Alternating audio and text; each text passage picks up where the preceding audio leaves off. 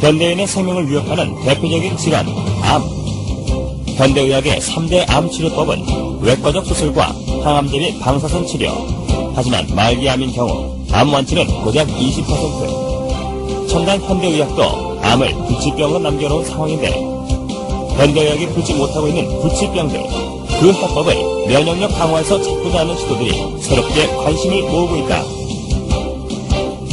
이런 가운데 산화균 활동의 면역 연구 개발은 경쟁력 있는 조치를 연이어 내놓고 있는데 과감한 투자와 지속적인 연구로 부작용 없는 면역 치료에 도전하는 우리 의료계의 변화.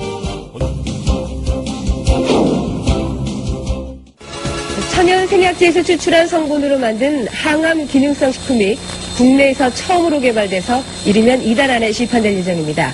주용호 기자가 전합니다. 항암과 암치료 부작용이나 성인병을 예방하기 위해 개발된 기능성 식품입니다. 해모힘과 해바톤으로 이름 지어진 이들 식품은 생체 손상을 막고 도혈과 면역 증진, 생체 조직의 재생을 촉진하는 기능을 발휘합니다. 이러한 효능을 입증하기 위해 쥐에게 암세포를 투여해봤습니다.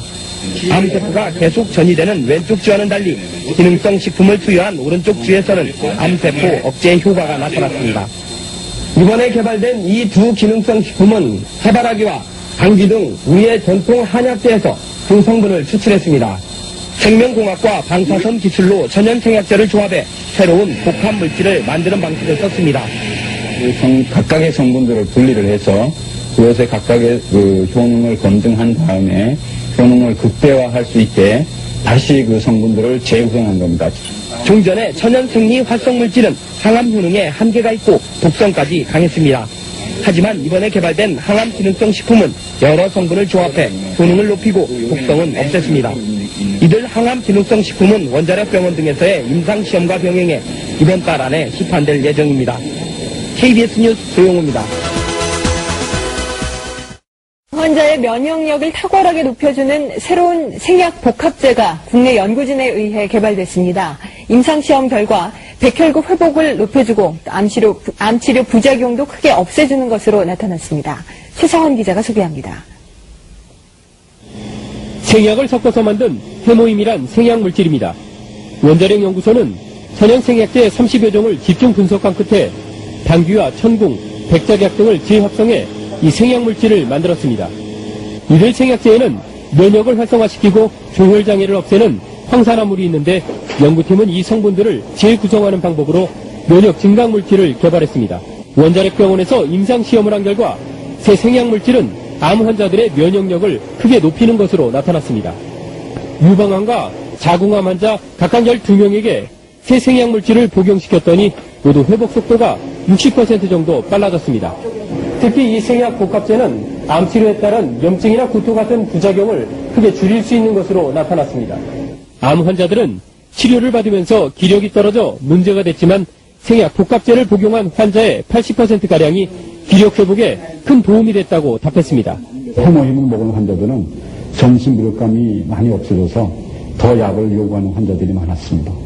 연구팀은 이 물질에 대한 2, 3차 임상시험을 거쳐 신약 개발에 나설 계획입니다. KBS 뉴스 최성원입니다. 한국원자력연구소가 정부 출연 연구기관으로서는 처음으로 기술 출자를 통한 벤처기업을 설립했습니다. 이번 투자는 금전이 아닌 기술 투자에서 연구기관 벤처 창업의 새로운 모델로 평가받고 있습니다. 대전에서 이정우 기자가 보도합니다. 천연 생약 복합 조성물인 해모임입니다. 한국원자력연구소가 중장기 연구개발 사업으로 개발한 이 생약 복합제는 동물 실험과 암 환자 임상 실험에서 효능이 입증되고 있습니다. 이 물질은 임상 실험 결과 면역세포 회복 증진과 염증 등의 부작용 억제 효과가 뛰어나고 방사성 치료에 의한 암 발생 억제 효과도 60% 이상 높은 것으로 확인됐습니다. 암 환자 치료 시에 보조제로 활용할 수 있는 것뿐만 아니라 성인병이나 만성질환 환자들에서 면역 조절 기능 회복에 아주 잘 활용될 수 있을 거로 생각이 됩니다. 이 연구 성과물이 기술 출자 형태로 산업체에 이전돼 벤처기업으로 다시 태어났습니다.